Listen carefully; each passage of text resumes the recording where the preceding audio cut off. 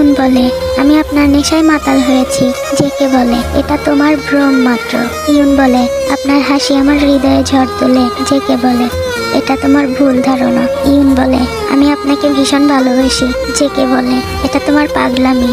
Yoon বলে, কেন? JK বলে, আমি শুধুই তোমার কল্পনা। ইউন বলে, তবুও আমি ভালোবাসি আপনাকে, আর সারা জীবন ভালোবাসতে চাই। জেকে বলে, পাগলামি করো না, এই ভালোবাসা তোমাকে শেষ করে দেবে।